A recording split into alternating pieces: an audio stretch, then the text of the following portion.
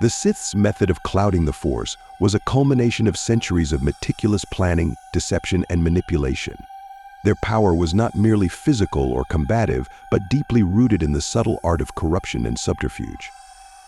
Unlike the Jedi, who sought harmony and balance, the Sith reveled in chaos and control, bending the very fabric of the Force to their will.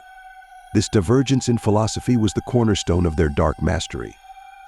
The Jedi, guardians of peace on Coruscant and beyond, relied heavily on their connection to the Force to foresee and prevent threats.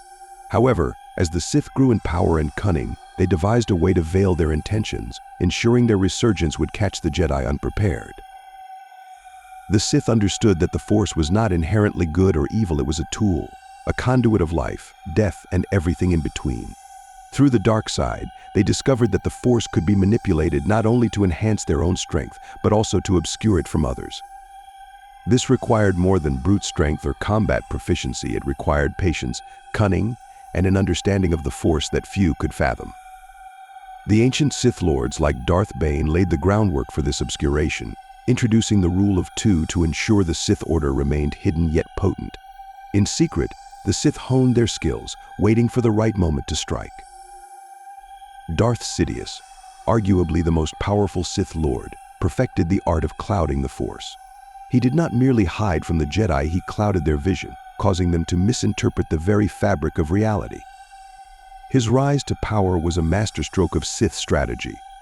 Sidious operated under the guise of Supreme Chancellor Palpatine, a benevolent and charismatic leader who championed peace and unity in the galaxy. The Jedi, despite their wisdom, could not sense the darkness that lay beneath his facade. Their trust in the Republic, their reliance on their foresight, and their complacency after millennia of dominance made them blind to the growing storm. Sidious utilized the dark side not as a mere weapon, but as an intricate web, weaving fear, anger, and doubt throughout the galaxy. These emotions amplified the dark side, creating a miasma that clouded the Jedi's ability to perceive future events clearly. The Force, once a beacon of guidance for the Jedi, became a murky and unreliable tool. It was as if the light of the Force was smothered under a heavy veil, one that even the most attuned Jedi masters could not pierce. Yoda, a Jedi of unparalleled wisdom and connection to the Force, often meditated deeply, seeking clarity. But even he admitted that the dark side had grown too powerful, too pervasive, leaving the Jedi vulnerable. This shroud of darkness was not a sudden event, but a gradual erosion of clarity. The Sith orchestrated wars, political turmoil, and societal unrest, all designed to feed the dark side. The Clone Wars, a galaxy-wide conflict, were a pivotal element in this grand scheme. On the surface, it was a battle between the Republic and the Separatists, but in reality, it was a conflict engineered by Sidious to further cloud the Force. Both sides of the war were manipulated by Sidious, with the Sith Lord Darth Tyrannus, also known as Count Dooku, leading the Separatists. The chaos and suffering of war created an overwhelming surge in the dark side's power, further obscuring the Jedi's vision. The Jedi, drawn into the war as generals and warriors, found themselves distant from their traditional roles as peacekeepers. Their involvement in the conflict only deepened their disconnection from the Force. As they fought and struggled to maintain order, they failed to realize they were playing directly into Sidious's hands. Each battle, each loss, and each moment of despair added to the darkness clouding the Force. The Jedi became reactive, unable to predict or prevent the Sith's moves, a stark contrast to their former state of foresight and wisdom. Sidious's brilliance lay in his understanding of fear and hope. By presenting himself as a beacon of stability and peace, he garnered trust and admiration. The Galactic Senate, the Jedi Council, and the citizens of Coruscant all saw him as a leader striving for the greater good. This duality of public savior and hidden Sith Lord exemplified the mastery of the Sith in deception. Every victory for the Republic under his leadership was, in truth, a step closer to the Sith's ultimate goal, the destruction of the Jedi and the establishment of a new order under Sith rule. Perhaps the most insidious aspect of the Sith's clouding of the Force was their manipulation of Anakin Skywalker, the Chosen One. Anakin, prophesied to bring balance to the Force, was both a pawn and a crucial element in the Sith's plan. Sidious recognized Anakin's potential and began to sow seeds of doubt and fear within him. He exploited Anakin's emotions, particularly his fear of loss, to turn him against the Jedi. Anakin's gradual descent into darkness was a microcosm of the larger clouding of the Force. His internal struggle mirrored the galaxy's turmoil, a testament to the Sith's intricate design. The fall of Anakin was not an isolated incident, but a symbol of the Jedi's failure to adapt. The Sith had evolved, mastering new ways to wield the Force, while the Jedi clung to old traditions. They failed to recognize the threat posed by Sidious until it was too late. The Jedi's dogmatic adherence to their code and their inability to embrace change left them vulnerable. In contrast, the Sith's adaptability and willingness to embrace the full spectrum of the Force gave them the upper hand. As the Sith's power grew, the galaxy fell deeper into darkness. The Jedi, once symbols of hope and peace, became figures of controversy and suspicion. The public, swayed by Sidious's rhetoric and the hardships of war, began to view the Jedi as power-hungry and out of touch. This shift in perception was crucial for the Sith's plan. By the time Order 66 was executed, marking the near-complete annihilation of the Jedi, the galaxy had been so thoroughly clouded by the dark side that few questioned the righteousness of such an act. Sidious, now Emperor, stood unopposed as the galaxy's ruler, the Sith's millennia-long plan finally realized. The Sith's clouding of the Force was not merely a tactical victory, but a philosophical triumph. It demonstrated the power of the dark side to corrupt, manipulate, and dominate.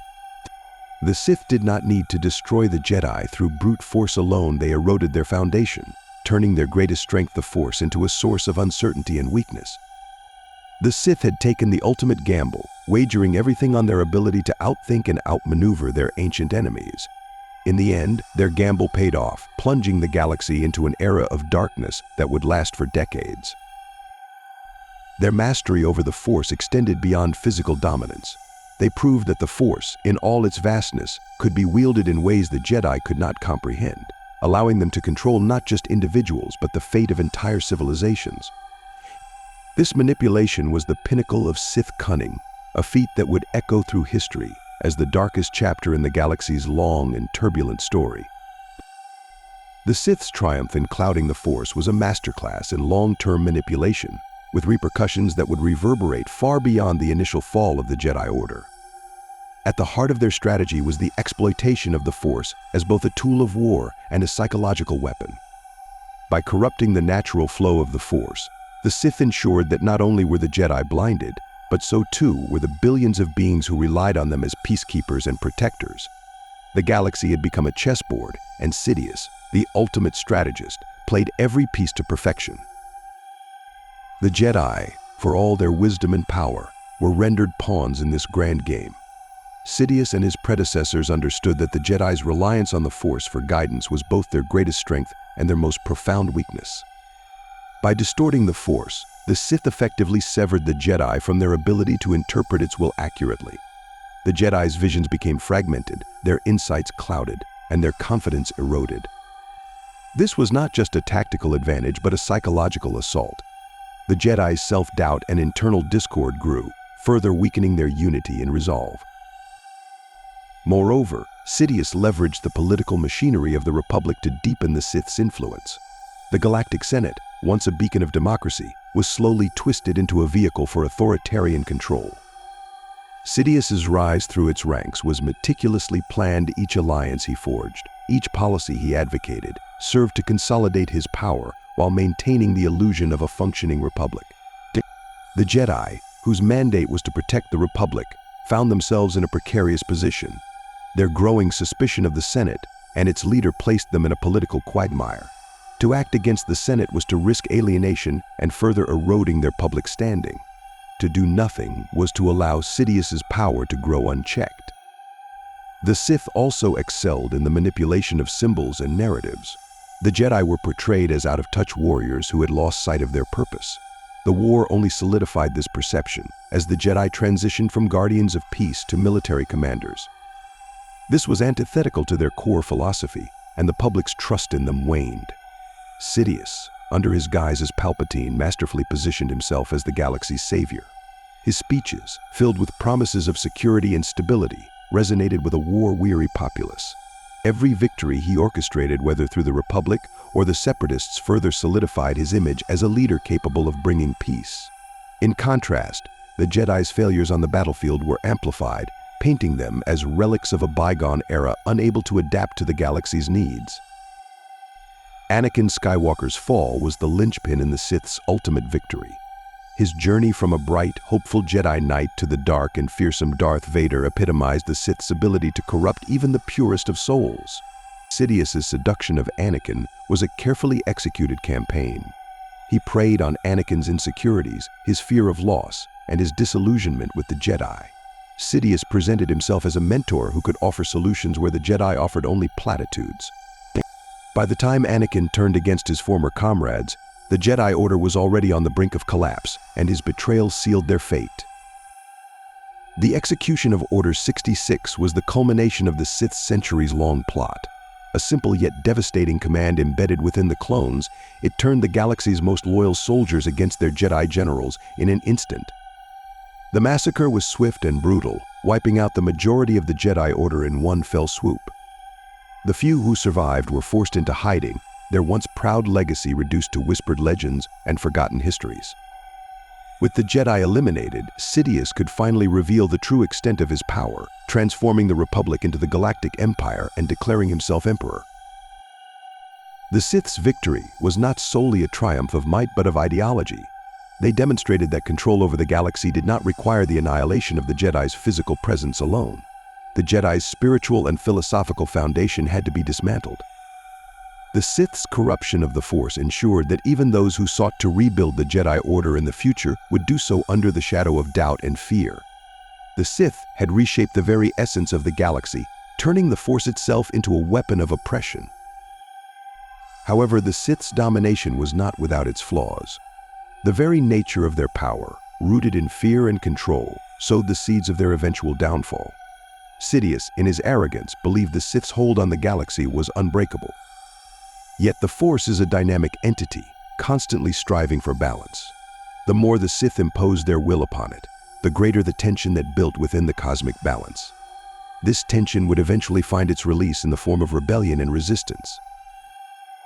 Luke Skywalker, the son of Anakin, would become the catalyst for this resurgence. Trained by the last remnants of the Jedi, he carried the hope of restoring balance. Unlike the Jedi of old, Luke's path was not mired in tradition but forged through personal experience and an intimate understanding of the duality within the Force. His confrontation with Vader and Sidious was not just a battle for the galaxy, but a battle for the soul of the Force itself. Through his compassion and refusal to succumb to hatred, Luke rekindled the light that had been smothered for so long. The Sith's strategy of clouding the Force, while effective, was ultimately unsustainable. Their victory was a testament to their cunning and power, but their reliance on fear and control left them vulnerable to the one force they could not fully extinguish: hope. The galaxy's eventual liberation from Sith rule was not merely a military or political triumph, but a spiritual awakening. The Force, in its infinite complexity, had been wounded but not destroyed. The Sith's era of dominance, though monumental, was but a chapter in the ongoing saga of the galaxy, a testament to the enduring struggle between light and dark.